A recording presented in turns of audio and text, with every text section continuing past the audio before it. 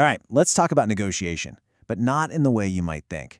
Forget all that stuff about manipulation or, I don't know, magic tricks. We're going to show you how a super simple strategy built on just 3 specific questions can completely change the game and help you absolutely nail those high-value deals. So let me ask you something. In your last big negotiation, were you really driving the conversation, or were you just reacting? The big idea here, the thing we're really going to dig into, is that the person asking the smartest questions is the one who's actually in control.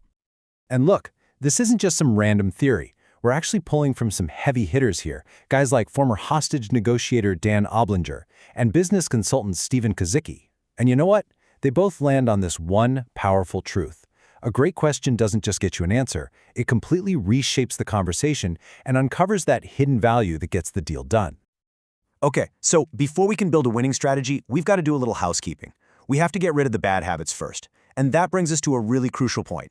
We have got to stop asking what Dan Oblinger calls garbage questions.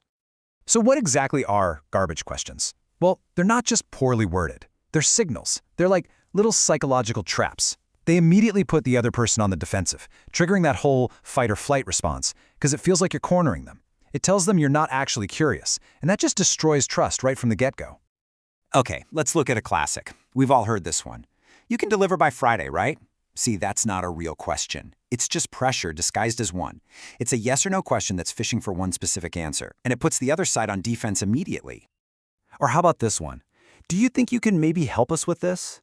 You hear all that weak language in there. Think, maybe. It just screams a lack of confidence. You're basically making it incredibly easy for them to just say no or to completely undervalue what you're asking for. And this one? This is a total conversation killer.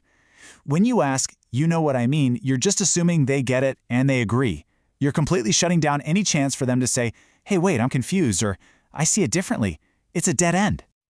Okay, so this is the pivot. This is the whole game. Think of a garbage question as a slam door, but a better question, that opens it right up. Instead of demanding a deadline, you ask, what would need to happen for this to go live? That one little change turns you from an adversary into a partner. In fact, in the source material, this exact question actually led to them solving a huge internal problem together. I mean, come on, that is the game changer right there. And all of this really gets down to the core of what's happening here. The difference between a good question and a garbage one isn't just about the words you use, it's about your intent. It's this fundamental difference between what we'll call inquiry and advocacy. So remember all those garbage questions we just looked at? Well, that's advocacy. It's you trying to push your agenda, just dressing it up like a question. Real inquiry, on the other hand, comes from a place of genuine curiosity. You actually want to understand. One builds walls, the other builds trust and uncovers real value. And you have to get this next part, because it's so important. You just can't fake this stuff. People have a built-in radar for it. If your real goal is to push or manipulate, they're going to feel it, no matter how clever your words are. Your true intention, it's coming through loud and clear. Okay, so what does this actually sound like in the real world? What are some good inquiry-based questions? Well, asking about their concerns shows you respect their point of view. Asking how it impacts their team's workload shows you're thinking about their reality, not just your own.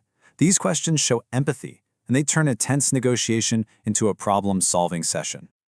All right, enough about what not to do. We've cleared the ground, we've gotten rid of the bad habits. Now let's build something powerful in its place. We're going to pivot to a really simple but incredibly effective framework from the high-stakes negotiator Stephen Kozicki.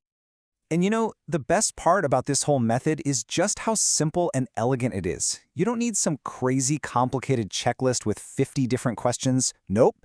Your entire strategy for a high-value deal, it all boils down to just three core questions.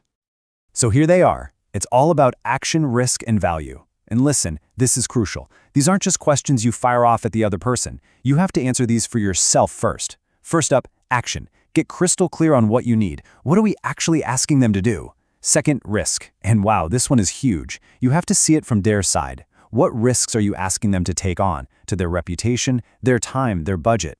Acknowledging that builds massive trust. And finally, value. Tie it all together. What is the concrete, measurable value you're going to deliver? Okay, let's make this real. Here's how this framework played out in an actual SaaS deal.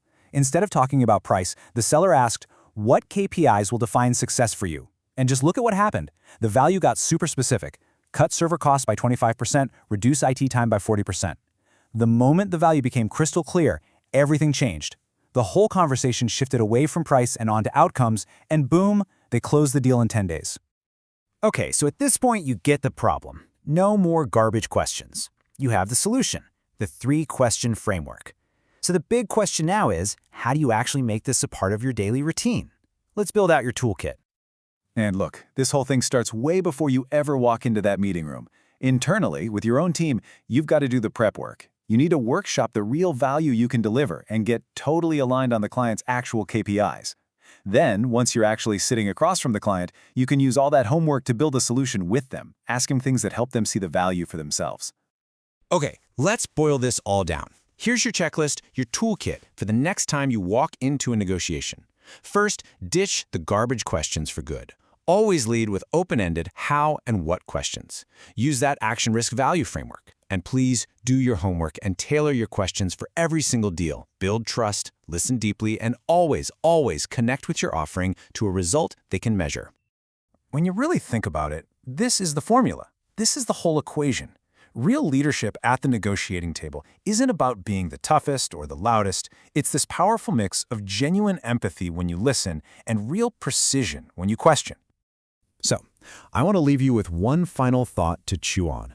Most of the time, your customers don't see the full value you bring to the table. Not at first. It's up to you to turn on the lights for them. And your most powerful tool to do that is a single, perfectly crafted question. So, what's your question going to be?